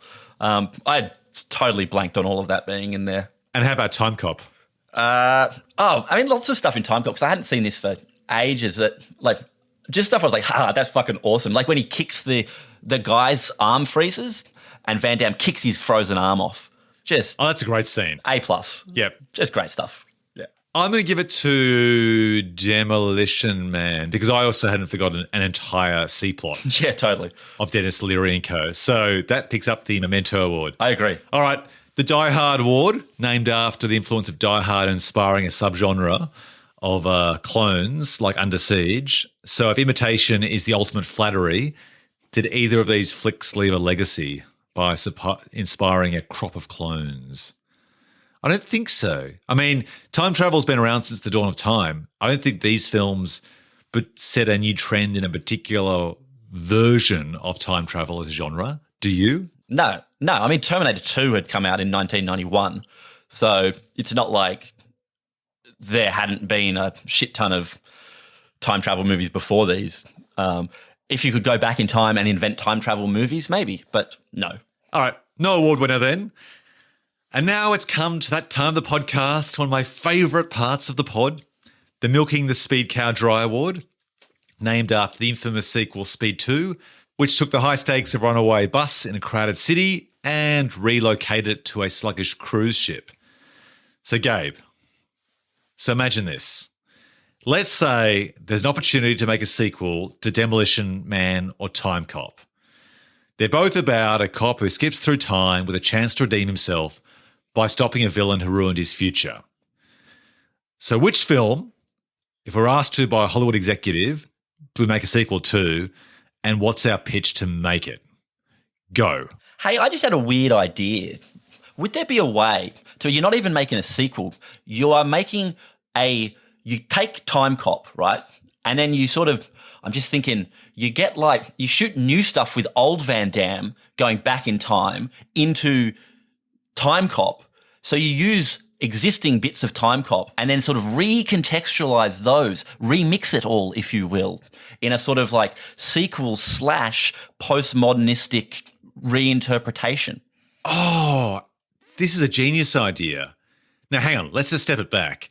The logical thing to do, if we're given the opportunity to do a sequel to Demolition Man or Timecop, is to look at which one made the most money and which one has stars you could bring back, which would help the next film to make a lot of money.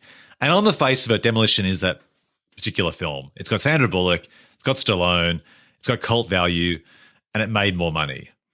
But it's not a true time travel movie. It's about someone frozen in time who wakes up in an alternative future.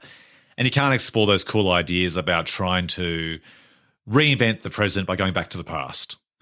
But a true time travel movie like Timecop you can do. And what's cool about that is that in every time travel movie, like Back to the Future, you have to age the actors, right? They have to look younger in the past and older in the present or the future. But here, you could actually lean into the gap in time where you actually have preserved the 1994 look of Mr. Van Damme, and then you complement it in a way with new footage, and as long as you just integrate the aesthetic, it'd be like a movie on a movie. Yeah. It's like all the jerk-off artistry of Boyhood. So it's basically Boyhood meets Timecop. Like Timecop. It was only ever half the story, you know, and now here is old Van Damme going back and seeing the two other Van Dammes, and I don't know, like, I feel like at this stage... So do we have three Van Dammes, do we? Well, there's the two Van Dammes that existed currently in Timecop, but now old Van Damme, or current day Van Damme, is also going back and somehow moving through those scenes. I mean, I suppose we could really lean into the...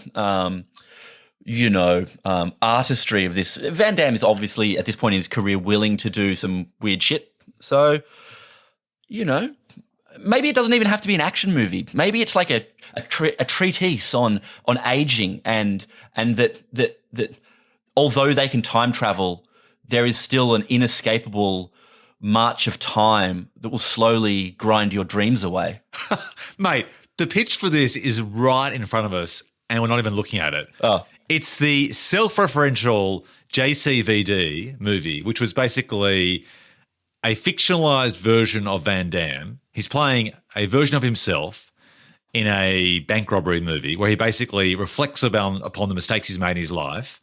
That film did very well. It was critically acclaimed, but also worked for the big sort of action 90s fans of Van Damme. And Van Damme's fucking great in it. Like, he's great, right? Really good acting. He took the piss out of himself in that Volvo commercial where he does the splits on two Volvo semi-trailers that are traveling at 70 kilometers per hour and he's slowly widening his legs.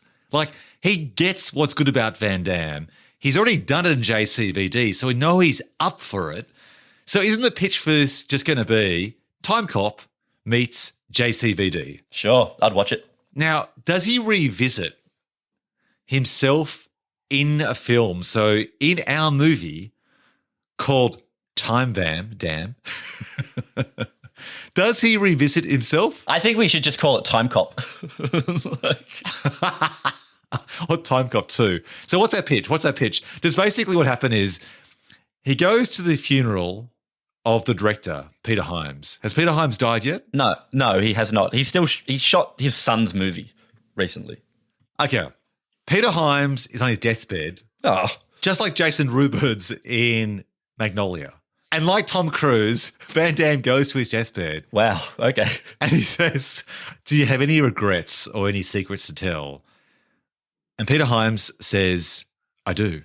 Okay. I never told you this, but when doing research for Timecop, I actually discovered time travel. Oh, shit. And Van Damme says, tell me more, because I have demons and I must try and resolve those demons.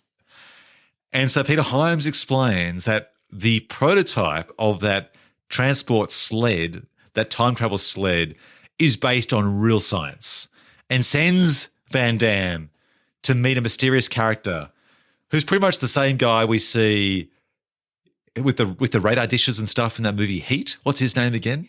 Tom Noonan? Tom Noonan. He goes to see a Tom Noonan character. Okay. Like in Heat. Uh-huh. Who explains how they met a time travel, but he can only go back in time to one place. What if he can only travel back in time to his own movies? Like, he can only, it's like you can time travel, but you can't time travel anywhere. What do you mean? You can only go into your own films. So it's dimension travel, basically. I see. So it's called Dimension Cop. You're saying he can go back in time to the making of his movies, whereas I'm saying he go back into the actual movies. Yes, that's why we call it Dimension Cop. That's what makes it self-referential, is that... It's a bit Last Action Hero. Yeah, well, that film wasn't a great success. Woo! Let's drop a reference to that film from our pitch. Shut up. Okay, Why did you bring that up, you fucking idiot?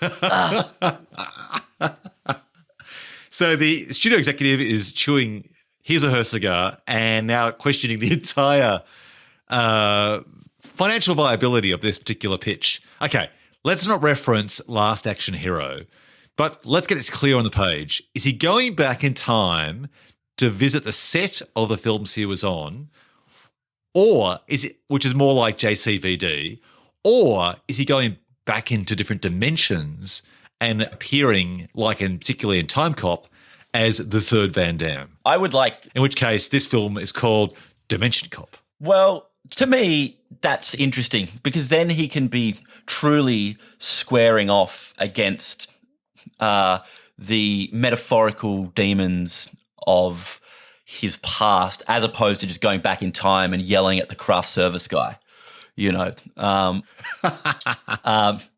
feel like, you know, yeah, if we could somehow make it so that he goes back, and maybe Timecop is just the first movie he travels to. I would like to see him revisit all of the movies where he played multiple roles. Isn't it? And in this way, he gets to play multiple roles in every single one of his movies. Couldn't this be like a genius world-building idea where essentially you take an action 80s icon, like anyone in the Expendables trilogy of films, and essentially you just transplant them back into one of their old films? In fact, you basically splice them back into a film, much like how they have, in a very appreciated way, brought, an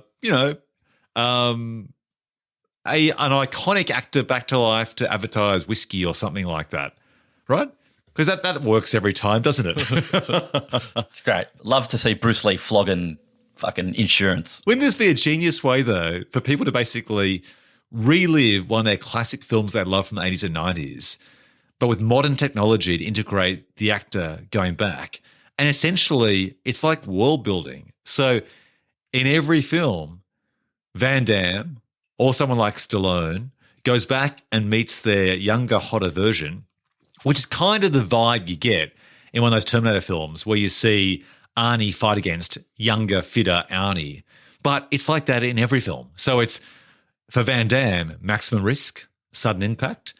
And so back in the day, it was all about saying, what's better than one Van Damme?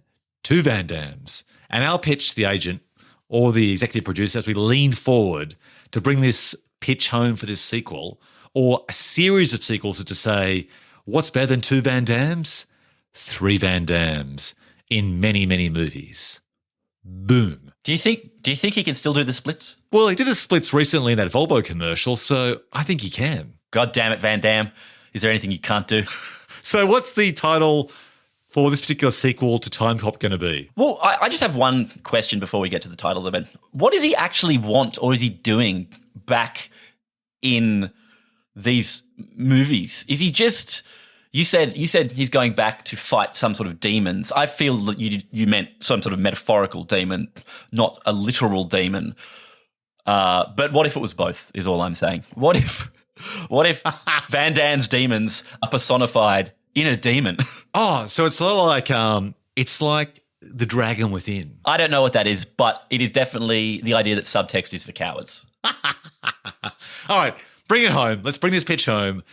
The executive is about to sign the line, gives a check to write the first draft. So JCVD is traveling back through time through his movies to fight his metaphorical and non-metaphorical demons who have somehow taken over his pictures, are haunting him from the past as a way that we are making comments on aging and star power waning and so on. That's the thing, right? Exactly. Okay. And his agenda is to basically resolve his demons, get off the booze, stop snorting coke, and try and redeem the relationships of those around him at the time, which will hopefully lift the quality of his films and ensure he has a brighter future as an A-class and affluent actor in 2020.